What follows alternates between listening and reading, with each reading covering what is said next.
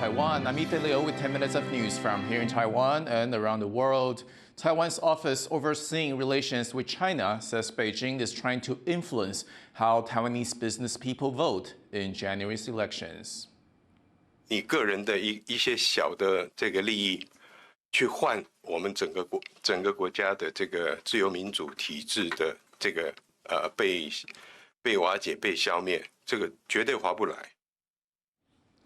The Mainland Affairs Council made the comments after about 300 Taiwanese business leaders joined the conference in Beijing aimed at developing business ties between the two countries. The office says China recognizes these kinds of events to encourage influential people to vote for pro-China political parties in Taiwan.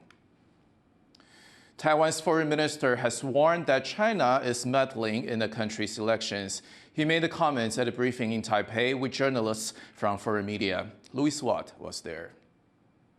Just over a month to go till Taiwan goes to the polls, and Taiwan's Foreign Minister Joseph Wu says Chinese interference in this election campaign is apparent. Leading in the polls is the current Vice President Lai Ching-te. Now, relations between Taipei and Beijing have plummeted in recent years.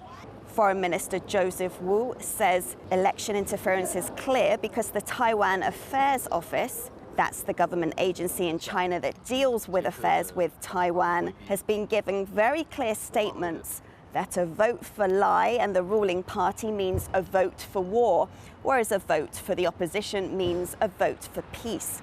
Foreign Minister Wu also said he believes a determining factor in why Terry Guo, the Foxconn founder who was standing as an independent candidate, he withdrew from the race because of, according to Foreign Minister Wu, a Chinese investigation into his company on Chinese soil.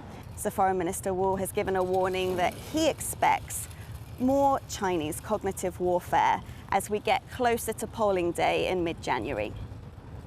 Alex Chen and Louise Watt in Taipei for TaiwanPlus. A final sentence has come down on a former Taiwanese military officer convicted of spying for China. Taiwan Supreme Court rejected Army Colonel Shang De-en's final appeal. Shang was sentenced in February this year to 7.5 years in prison. China recruited him in 2019 and paid him monthly to pass on information. Shang also signed a promise to surrender if China invaded Taiwan. Taiwan's post office has released a set of stamps commemorating the Universal Declaration of Human Rights. The stamps celebrate the 75th anniversary of the United Nations Declaration. The set of 4 features the declaration itself, as well as the UN Conventions on the Rights of Children, Women, and People with Disabilities. While Taiwan is not recognized by the UN, the country has incorporated these rights into its own laws. It also set up its National Human Rights Commission in 2020. This is a key element for meeting global human rights standards.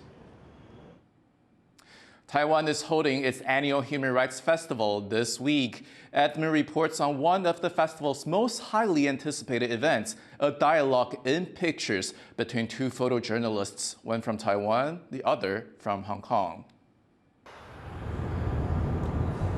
Portraits of victims of Taiwan's White Terror era. Over 4 decades of martial law in the country that saw intense political repression, only ending in the late 1980s. It's a period that saw thousands imprisoned and even killed. It's all part of a photo exhibition at this year's Human Rights Festival in Taipei, showcasing the lifetime works of late photojournalist Pan Xiaoxia. This is the first showing of Pan's work since his death in July, aged 69.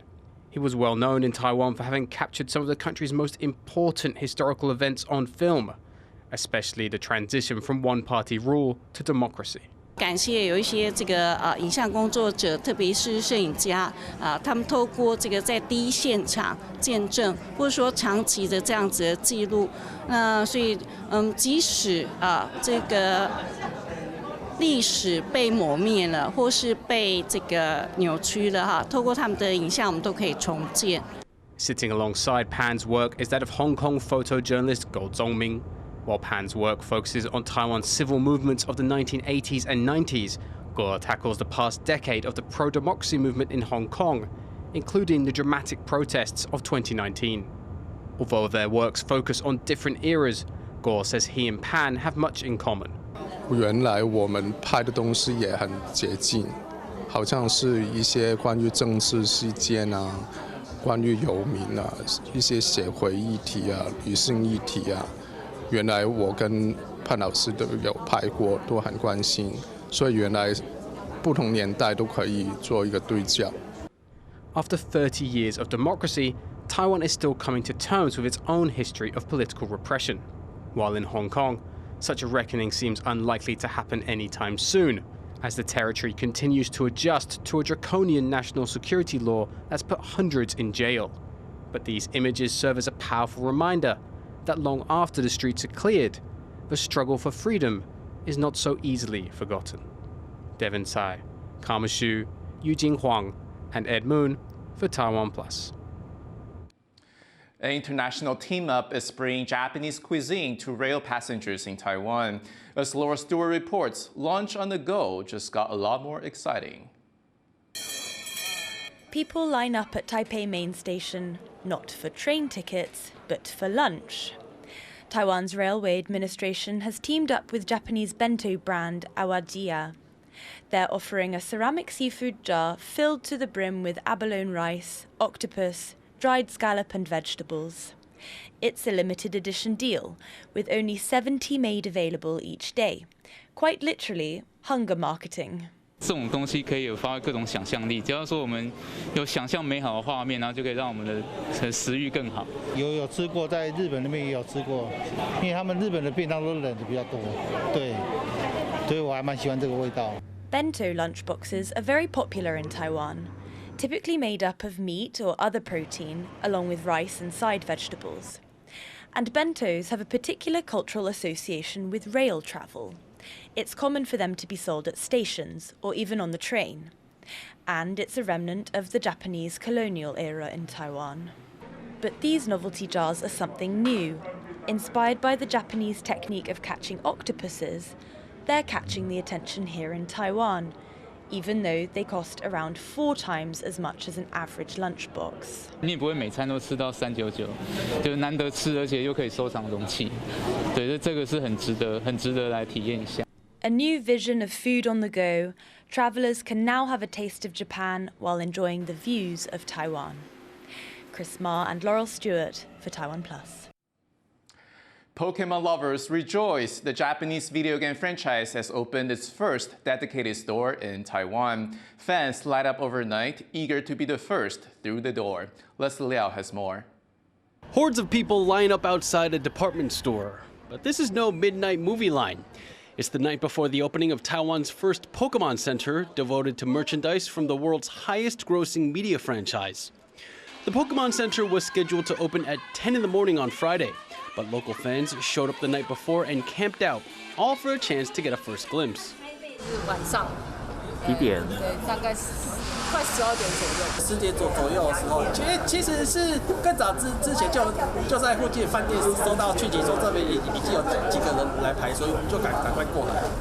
The lines grew overnight with people of all ages in line. One big draw was the chance to get an exclusive gift. 想买到徽章还有悠游卡，然后再拿到今天限定的特典卡。In order to manage the crowds, staff handed out tickets for entry, which ran out 2 hours before the store opened. Unfortunately, not everyone could get in. 好，明天6点再来。太晚了，你要不要凌晨就来排？ Taiwan's love for Pokemon runs deep, and it's likely the center will be packed with Poke fans in the coming weeks. Kama Xu and Leslie Liao catching them all for TaiwanPlus. Thank you for watching What's Up Taiwan. You can visit the TaiwanPlus website and follow our social media for more stories from Taiwan and around the world. Finally, we leave you with this Berlin shopping district lit up for Christmas. I'm Ethan Liu. Take care, and I'll see you next time.